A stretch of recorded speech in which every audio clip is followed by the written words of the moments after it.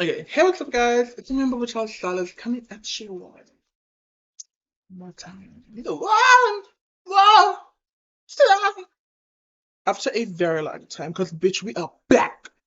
We are back on the table. We are back on the youth to the boobs. So yeah, we're back. Not officially though, just temporarily. Cause I really don't know like where this shit's gonna go from here. But we're back. Temper. Now, for those of you who don't know me, I'm Salas. I am that bitch. I've always been that bitch. Uh, I guess that's it. I was planning on making a podcast, but I really like, to be honest, a podcast sounds like a lot of work, and I'm not here for it. I'm just not here for it. So we're going to like pop off from the whole podcast idea, and we're gonna make story times. I have a lot of stories to tell, but I don't have people to tell those stories. So, story times, and this first episode, episode one, it's actually a very interesting story time because it does not involve me alone. It involves like a number of people who I know for a fact will be watching this. So, like, don't get offended. I'm gonna be changing names. For those of you who experience this whole situation with me, you'll know what I'm talking about. But those of you who don't, uh, yeah, you won't. And that's just on par. Okay, so where do we begin with story times? Okay, so starting off with the story time, um, we were in so this whole situation, it happened when we were in back in high school. I think we're in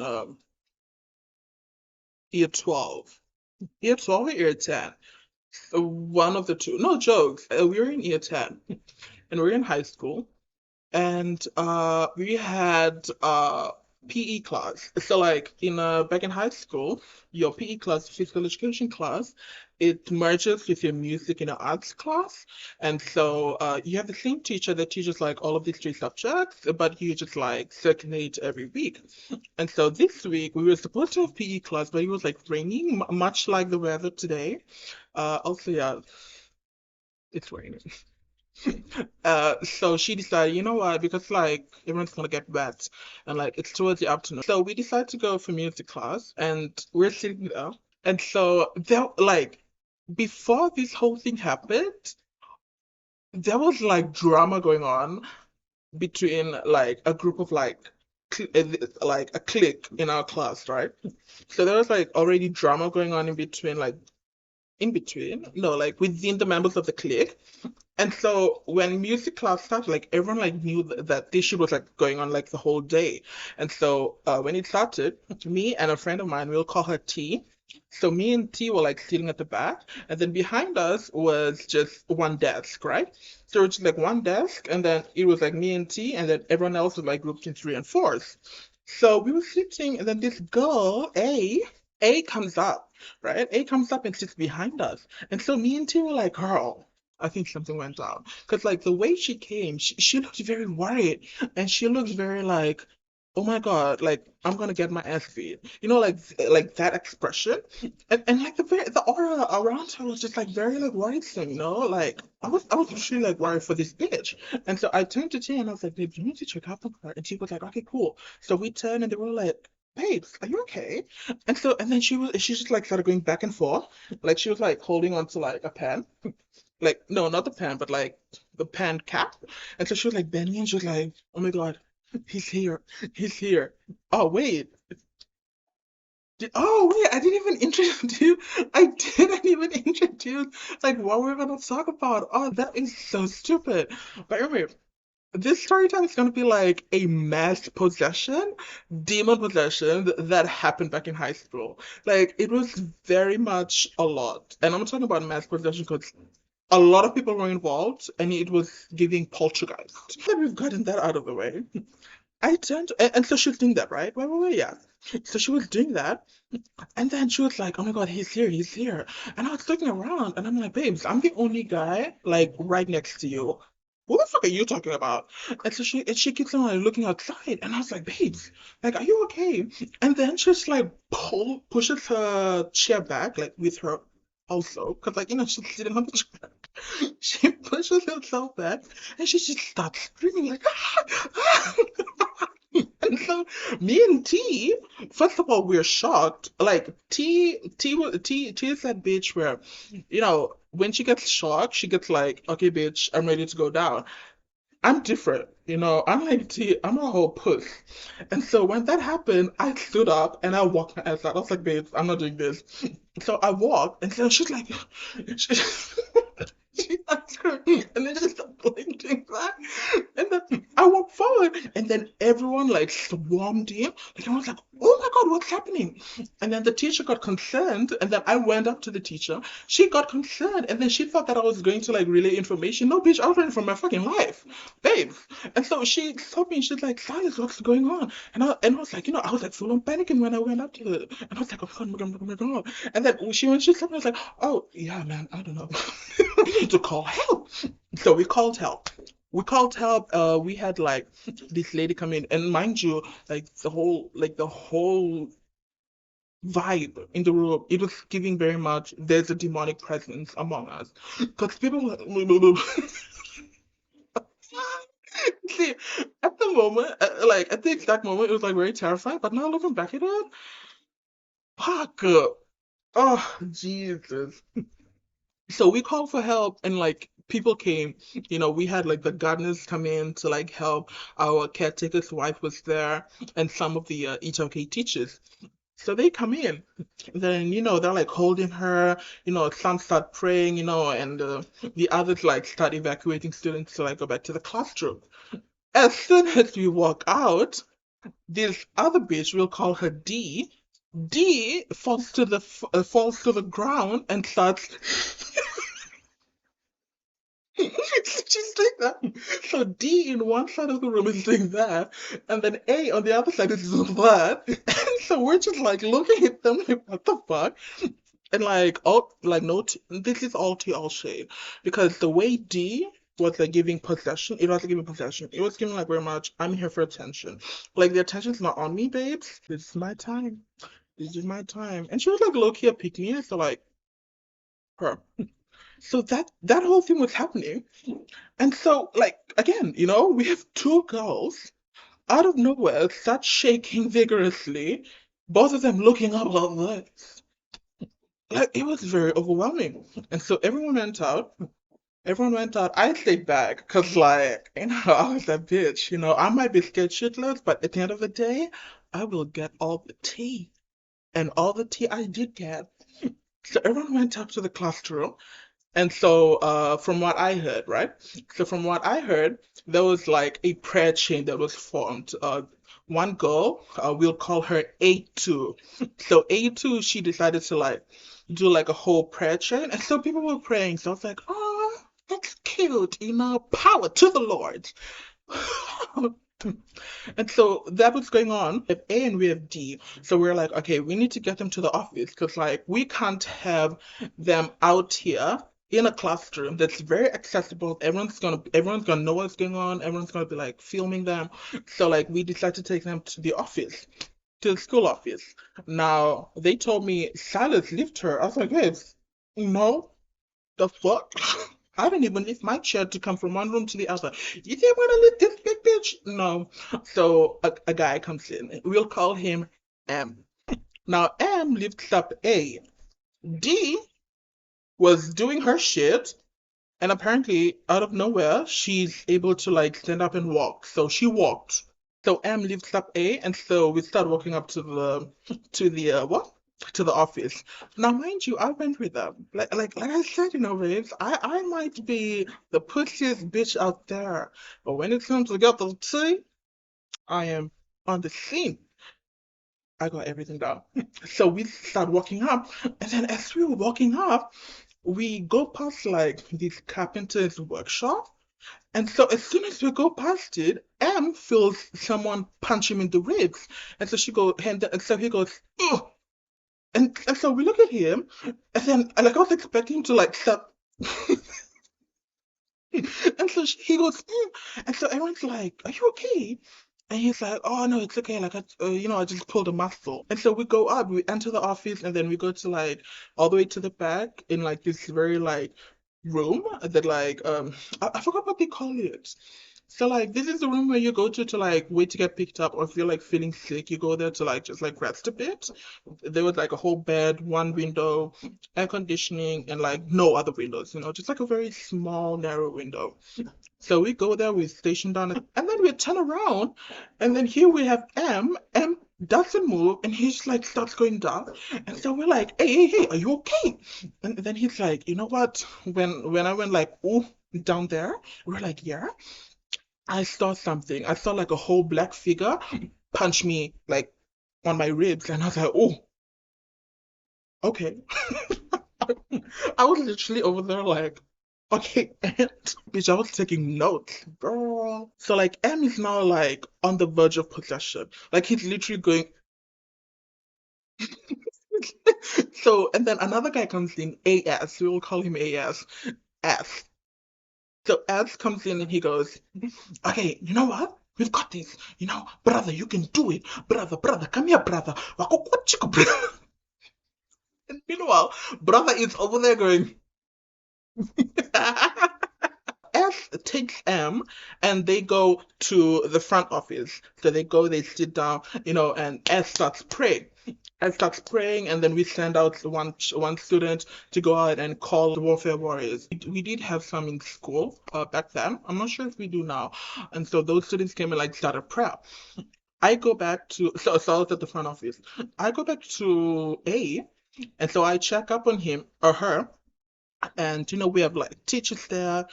We have like someone like praying in Hindi, someone praying in English, and everyone was like praying. Like it was very intense. And she started like speaking in tongues. So we were like, you know what, bitch, we are literally dealing with something real. So I was like, babe, this is too much. I'm gonna go. So I go to the class. Oh, I go to the class, and tell me why. Before I enter, people start rushing out. And like the girl who started the prayer chain, A2, she starts getting possessed. She starts shaking. So people take her to the office to go get prayed on. And so I not prayed on, babes, not prayed on. But like, to get like Masood. I go in and like everyone's like literally panicking. And I was like, what the fuck is going on? And so T tells me, babes, we were just praying. And then she started rolling her eyes and started shaking. So we go back and in the front office, now we have A2. A, who was initially in the back room, is now sitting next to A2, but like not together. Like A2 was sitting here, and then A was just like right next to each other. And then M was like somewhere just like close to them. I'm not sure where he was situated. I'm not even sure if he was like sitting. I think he was crouching. Why is it relevant? I really don't know. So I go in and like, people start, using like holy oil. Where they got the holy oil from, I have no idea. So, they start massaging both the A's, A and A2. And so I start looking at A, and then A goes, and A's like, now okay, And so A looks at A2, A2 looks at A, and then A's like,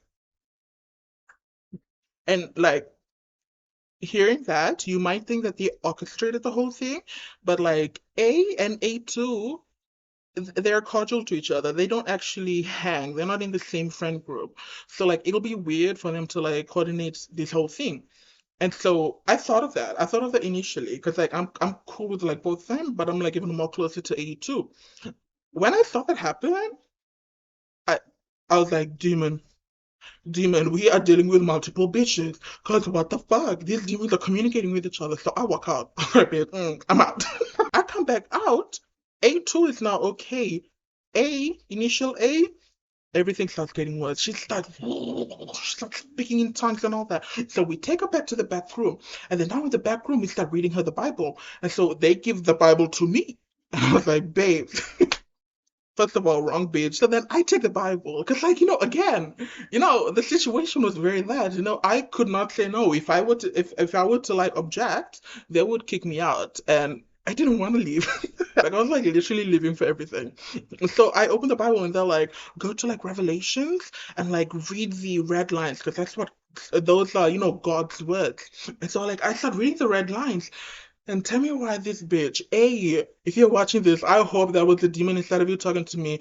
Because the way this bitch looked at me and started calling me fat.